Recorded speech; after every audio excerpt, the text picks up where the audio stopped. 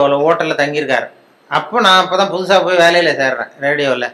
எங்கள் டைரக்டர் கூப்பிட்டு இது மாதிரி தங்கவேலுங்கிற நடிகர் வந்திருக்கிறாரு, அவரை போய் இன்டர்வியூ பண்ணிட்டு வா, பேட்டி எடுத்துகிட்டு வா அப்படின்னாரு. சார் எனக்கு பழக்கம் இல்லை, கொஞ்சம் பழக்கம் ஆனதுக்கப்புறம் போகிறேன், இப்போ வேறு யாரையாவது அனுப்புங்கன்னு. இல்லை அப்புறம் எப்போ தான் கற்றுக்கிறது, நீ போய் கற்றுட்டு வா அப்படின்னு சொல்லி உடனே மைக்கு எல்லாத்தையும் கொடுத்து அனுப்பிச்சிட்டார் கூட. அங்கே போனோம், போய் ரூமில் கேட்டது, வா தம்பி வாழ்க்கை வாழ்க்கை வந்து உட்காருங்க, என்ன செய்யணும் அப்படி இப்படின்னார். அவர் ரொம்ப ஊக்கமாக பேசினார், இந்த பயமுறுத்தலை. என்ன வேணும் அப்படின்னா, ஒன்றும் இல்லை கேள்வி கேட்குறேன் பதில் சொல்லணும், கேளுங்க என்ன வேணாலும் கேளுங்க நான் சொல்கிறேன் அப்படின்னார்.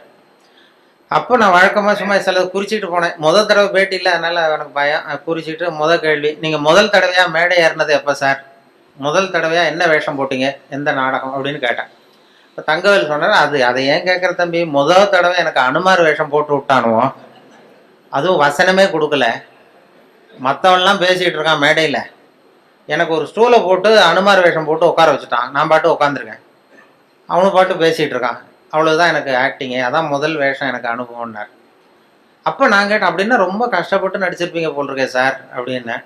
அதில் என்ன தம்பி கஷ்டம், வசனமும் கிடையாது ஒன்றும் கிடையாது, சும்மா ஸ்டூலில் உட்காந்துருக்கிறது தானேன்னார்.